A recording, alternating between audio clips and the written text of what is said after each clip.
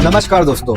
कुछ स्कैंडल्स हम लोग टाइम के साथ भूल जाते हैं, बट कुछ स्कैंडल्स समय के साथ एक सिंबल बन जाता है, पावर, पैसा और एक्सप्लॉयटेशन का। आज हम लोग बात करेंगे एक ऐसे इंसान की जिसका नाम था जेफरी एप्स्टीन, जिसने दिखाया कि पावर और पैसे के दम पे सिस्टम को कैसे हाईजैक किया जा सकता है। जेफरी एप्स्टीन कोई नॉर्मल ऑर्डिनरी क्रिमिनल नहीं था, वो एक बिलियनर फाइनेंशियल बिजनेसमैन था। मिस्टीरियर वेल्थ, प्राइवेट आइसलैंड और दुनिया के सबसे पावरफुल लोगों से कनेक्शन। लेकिन इस लग्जरी लाइफ के पीछे छुपा हुआ था दुनिया का सबसे हॉरिफाइंग ट्रुथ, माइनर का सिस्टमैटिक एक्सप्लॉयटेशन और ट्रैफिकिंग। एप्स्टीन ने सालों तक अपने क्राइम को छुपाया रखा। कैसे? क्योंकि उसके पास दो चीजें थी, अल्टीमेट मनी और पावरफुल कनेक्शंस। 2008 में एप्स्टीन को पहली बार फेस करना पड़ा लॉ को। चार्जेस थे माइनर के एक्सप्लॉयटेशन के, इतने सीरियस चार्जेस अगर किसी ऑर्डिनरी इंसान को लगता उसकी जिंदगी एक नर्क बन जाती। लेकिन एप्स्टीन को मिला क्या? सिर्फ 13 महीने की जेल, वो भी प्राइवेट विंग में। और सबसे शॉकिंग, उसको वर्क रिलीज भी दिया जाता था। इसका ये मतलब है वो बीच बीच में बाहर जा सकता है जेल से। इसको स्वीट हार्ट डील बोला गया।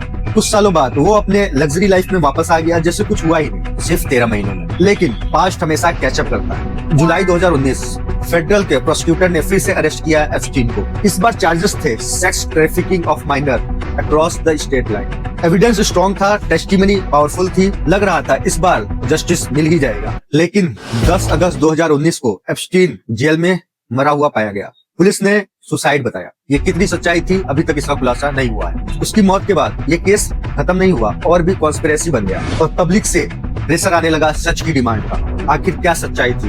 एप्स्टीन की मौत के बाद उसने जो छोड़ा था वो कोई एक फाइल नहीं थी, वो एक समुंदर था जहाँ पे थे thousand of the pages, flight logs, visitor records, photographs, contact list. ये सारे कोई एक ऑर्डिनरी डॉक्यूमेंट नहीं थे।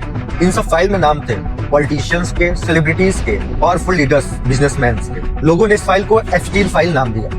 ये फाइल बताती है कि कौन गया था उसके प्राइवेट आइसलैंड पर, कौन ट्रेवल करता था उसके प्राइवेट जेट में उसके साथ, और कौन कौन मेंटेन करता था रिलेशनशिप उसके साथ, और पावरफुल कनेक्शन किसके किसके साथ थे उसके। यहाँ से सच एक कॉन्स्पिरेसी थ्योरी बन जाती है। बहुत लोग का मानना है कि एक बहुत बड़ी लिस्ट है जिसमें पूरे नाम लिखे हुए हैं। सोशल मीडिया पे बहुत सारी थ्योरीज वायरल होने लगी। लोग डिमांड कर रहे थे असली सच क्या है इसके पीछे। लेकिन ऑफिशियल सोर्स के मुताबिक even including department of the justice कोई प्रूवन क्लाइंट लिस्ट एग्जिस्ट नहीं करती जिसको एक क्रिमिनल एविडेंस माना जा सके। जांच के बाद पता चला कनेक्शंस है, फ्लाइट रिकॉर्ड्स है, एसोसिएशंस है, लेकिन हर नाम के अगेंस्ट क्रिमिनल एविडेंस अवेलेबल नहीं है। 2025 में यूएस कांग्रेस ने पास किया legislation demanding full release of the Epstein file. Supporters का कहना है कि ट्रांसपेरेंसी जरूरी है जस्टिस के लिए। ट्रम्प एडमिनिस्ट्रेटिव ने अनाउंस किया कि